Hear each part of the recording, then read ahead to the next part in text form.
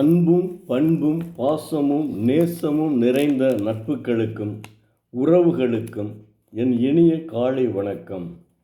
இன்று ஒரு குறள். அதிகாரம் 25 அருள் உடைமை.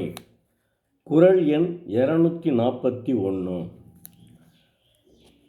அருட்செல்வம் செல்வத்துள் செல்வம், பொருட்செல்வம் பூரியார் கண்ணும் உள்ளது உள.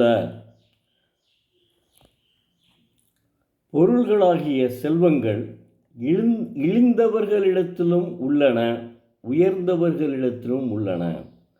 அருளாகிய செல்வமே செல்வங்களில் சிறந்த செல்வமாகும்.